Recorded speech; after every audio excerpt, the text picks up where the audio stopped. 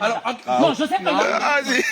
Non, Joseph Kabila fait combien de mandats? Pourquoi alors on a refusé? Pourquoi Joseph Kabila fait combien de mandats? Pourquoi on refuse? Joseph Kabila fait 2 mandats en 18 années de règne. 18 années de règne. Comment il a régné avant? Non, non. C'est ça le grand problème. Pourquoi on ne compte pas ces premiers mandats-là de Joseph Kabila? La crainte est qu'il puisse postuler réencore. Oui, c'est normal, non? C'est ça la beauté de la démocratie quand on change la constitution. Même Kabila reviendra. Kabila, c'est l'homme le plus populaire actuellement, non? Il reviendra aussi comme Sur base président. de quoi? Sur base de quoi?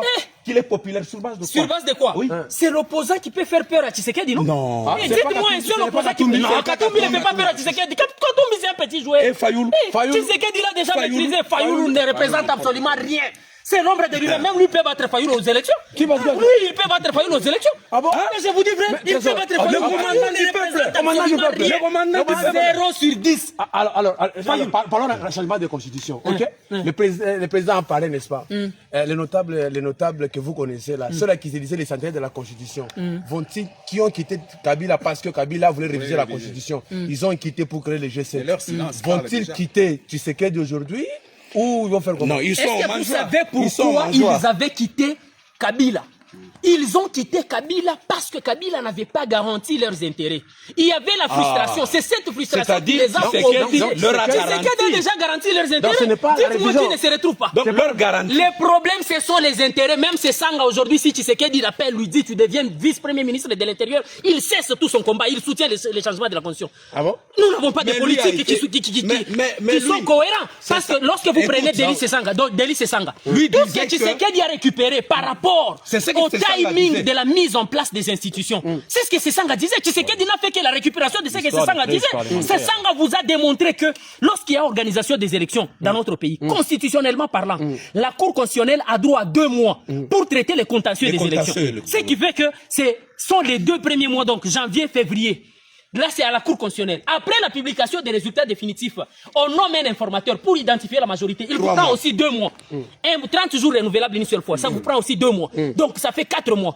Quand on nomme maintenant le Premier ministre pour former son gouvernement, il prend aussi 1 mois. Ça vous fait déjà 5 mois. Les 1 mois là-bas, n'est-ce pas les arrangements politiques ou c'est la loi? Ce sont les arrangements politiques. C'est notre constitution, c'est là qu'il y a un problème. Notre constitution ne prévoit pas la cohabitation. Notre constitution ne prévoit pas la cohabitation. Au Congo, il n'y aura jamais la cohabitation comme en France. Au Congo, il n'y aura que la coalition.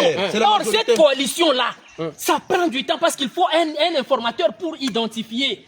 Et après avoir identifié cette majorité parlementaire, mettre sur pied les conditions pour la répartition des postes, la proposition des noms, le remplacement des noms. Est-ce que la constitution ancienne ne répond pas au contexte, en réalité, de notre pays parce qu'on voudrait que tout le monde soit dans les affaires, participe à la scène? Monsieur Joseph, une question terre à terre.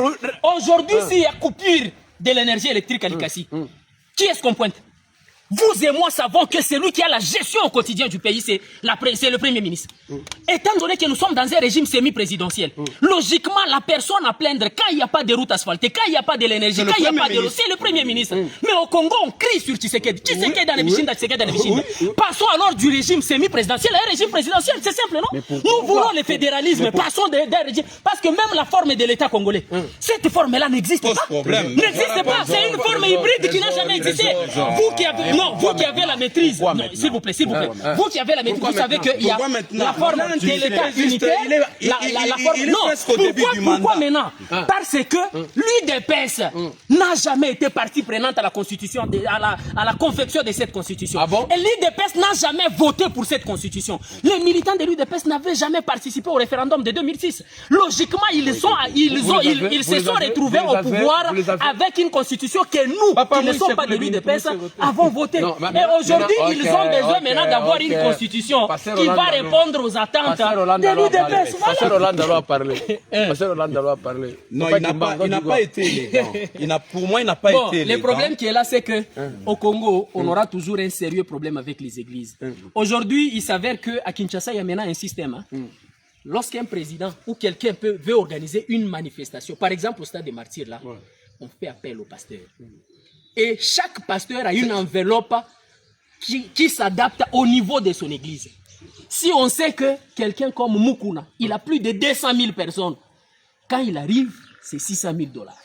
Tel, c'est 1 million. Tel, Avec ces montants-là, peut-être Laurent Daro a été frustré, s'est senti frustré de par cette. Mais par rapport à Laurent Daro, ça c'est le système. Est-ce qu'on peut réclamer sa dîme publiquement? Est-ce que Laurent Daro a réclamé la dîme?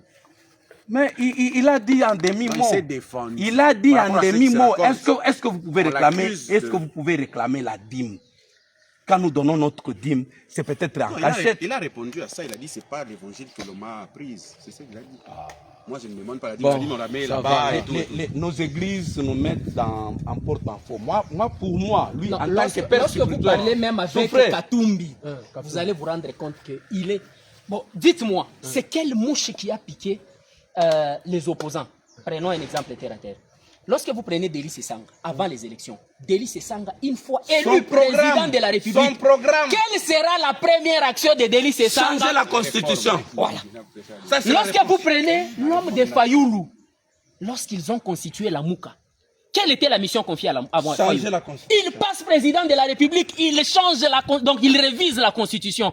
On passe du système à 2 tours à un seul tour et on permet à tout le monde, les Jean-Pierre Bemba qui avaient des antécédents judiciaires et tout le monde, de participer aux élections 2 années plus tard. Il fallait passer par les changements de la Constitution, non? C'était ça, la logique.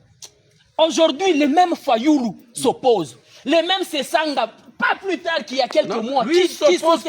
Est-ce que c'est pas la crainte? C'est l'article 220, Intangibilité. L'intangibilité, c'est nous, population, qui avons rendu cette disposition intangible. C'est à nous que revient le pouvoir de déverrouiller cette disposition-là conformément à l'article 218 de la Constitution qui permet au chef de l'État de convoquer le référendum.